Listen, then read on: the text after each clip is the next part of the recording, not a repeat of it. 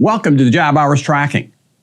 You know, when you have those real small jobs, the ones that are 2-3 days, it's easy to keep track of whether the guys are getting those jobs done in the number of hours that you had in your proposal. But when the job is a little bit bigger and starts spanning a couple of weeks or months or even a year, now it gets a little bit harder to keep track of, am I getting this job done in the number of hours and, or am I on track to finish it in the number of hours? That's where this tool comes into play. So let's see how it works. Now, you're going to find job hours tracking under the jobs or in the jobs section of the software itself. And what we're going to do is initially when you jump in here, your report will be empty. Your jobs report will be empty. You can simply look in here and for existing jobs and bring up jobs that are there. But to start out with, we'll go ahead and add a new job from scratch by simply clicking on Add a New Job here in the upper right-hand corner. Now, when I go in there, you're going to see the couple of parameters that we need to enter in. So we'll start out with on this side. First off, what's the job name? And this job is the Bob Smith job. So we've got that one in. As we tab through, what department is going to do this particular work? So this is my installation job department. What type of job is it? Residential versus commercial. And the reason why we put that in there is because the performance of the commercial department will be different than the performance of the residential department. And so it gives you the ability to start filtering out and give me just the res jobs and give me just the commercial jobs. And you can start to break those apart. Next one in line, who's the lead tech on this job? In other words, who's the individual who's kind of going to be running this job?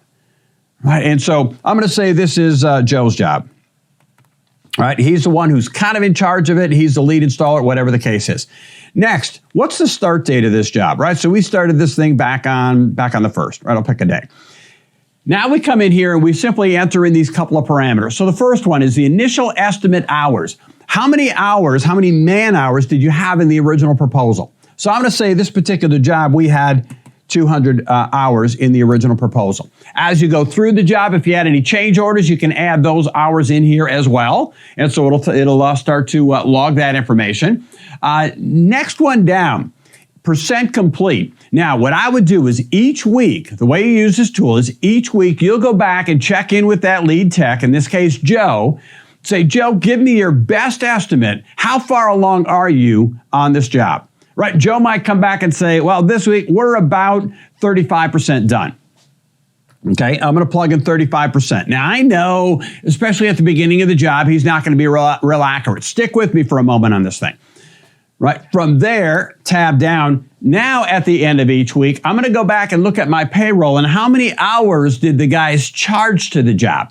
Make sure that you look at your entire team, because today it might be Mike and Bill who are out on the job, and tomorrow it's Bill and John. The next day it's John and Joe, and so there's always different people out there. How many total man hours have been charged to this job? So let's say at this point in time, we've now charged 80 hours combined to the job.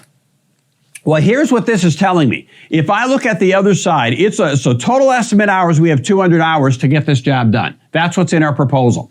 Next one, estimated hours used, right? So if we were actually 35% done, we would have used 70 hours. We're already at 80 hours. In other words, we're already on track right now to finish this job 10 hours behind our bid. Right, 10 hours over the bid hours, and we have a grand total of 120 hours left on this job. So right now, we're over estimate. We're behind schedule on this job. Right, so I'm going to go ahead and accept this one, and it will now take and add that job. Right, so when I come down here, I'll see the Bob Smith job here. It's adding it to that report. I can see the job is in progress. Right, Joe's the lead tech on it. Actual hours used is 80. Right, 35% complete, 200 hours in the bid, right? They should have used 70 at this point, so we're over by 10 hours, 120 hours left, and it's telling us we're behind. If I get out of your way there, you can tell it's telling us that we're behind on this particular job. So now that we've got the job in here, what we're going to do is each week, I want to go back to that lead tech, in this case, Joe, for this job, and I'm going to get an update. Right, so what we'll do is this, is on this job, you'll notice, again, there's my Bob Smith's job. On the far right-hand side, you've got the 3 action dots over here. I'm simply going to click on those 3 action dots, and I want to edit this particular job. Right? As I do that, right, I'm going to come back now and say, okay, Joe, how far along are we on this job now? Joe might come back and say, well, we're actually 55% complete. I can come in here and just simply change that to 55%. I go back and check the timesheets and how many hours have we actually used on the timesheets at this point? And we are at 95. All right. And so when I go through and plug that in, again, now I can see over here, right, we had 200 hours on the job. If I were actually 55 hours complete or 55% complete, I would have used 110 hours. We see we have a little bit of a decimal issue here. That'll be cleaned up fairly quickly. Right. So right now I'm on track to finish this job up 15 hours ahead of schedule.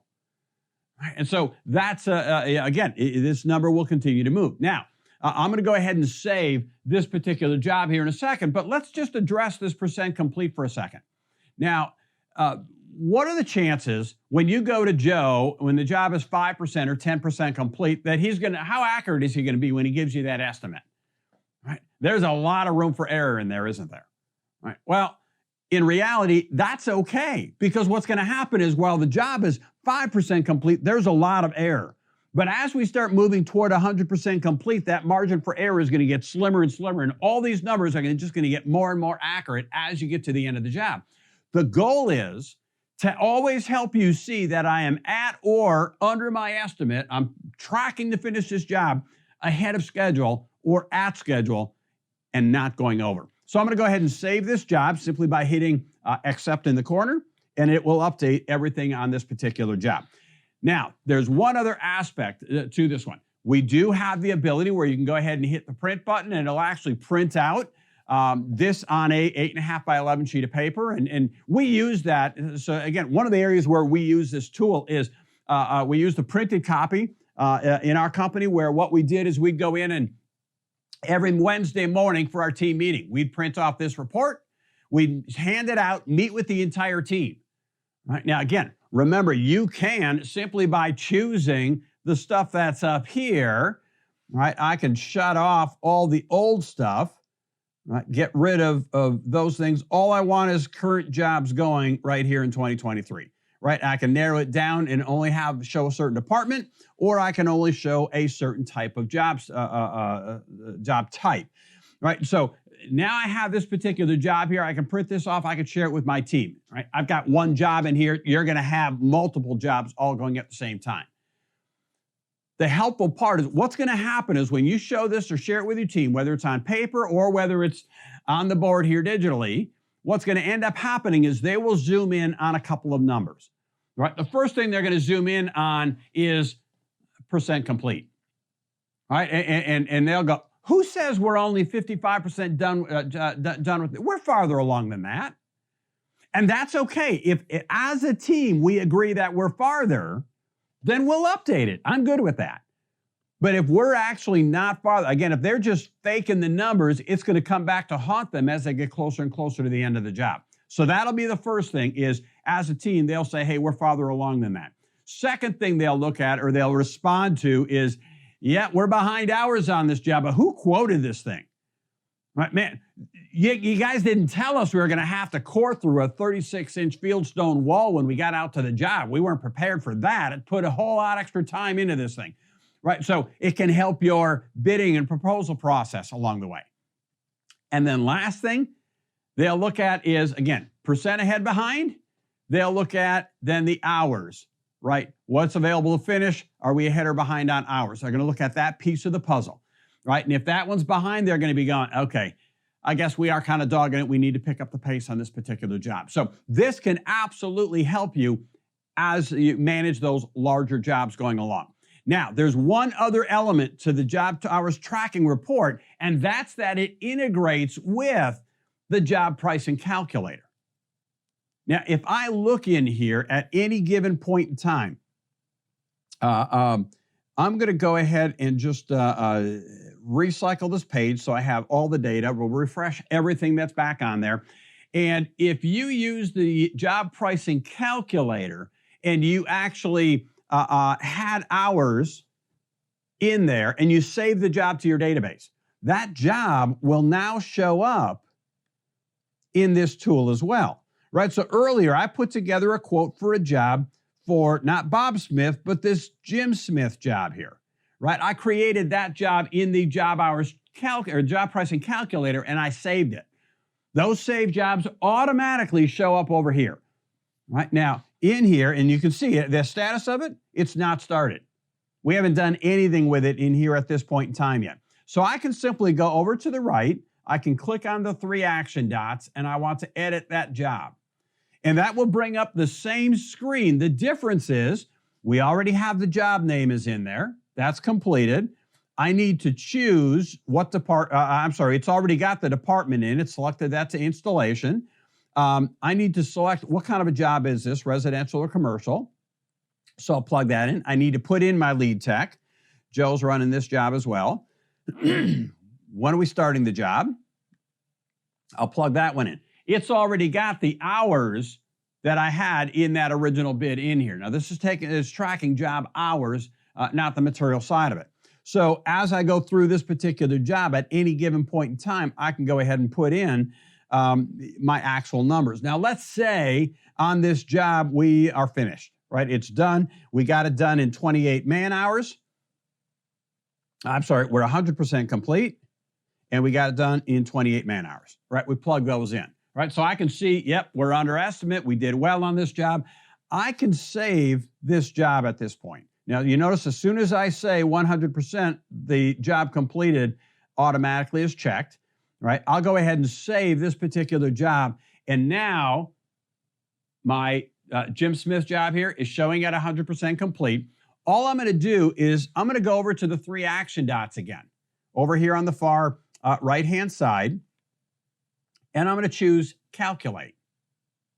What that's going to do is that will automatically take me back to the job pricing calculator and load up this job.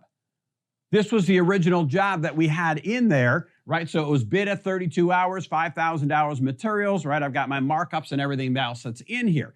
You'll also notice that in the job pricing, the job costing section, it's already updated my hours used with what I had in the previous job. All I need to do now is put in the actual materials used, put in the subcontractor costs that I had, hit calculate. It will then calculate this particular job. And so on this one, I made 17.35%, which netted $1,494. And on this original job, if I go back down and look, I quoted the job at 14.86% net profit.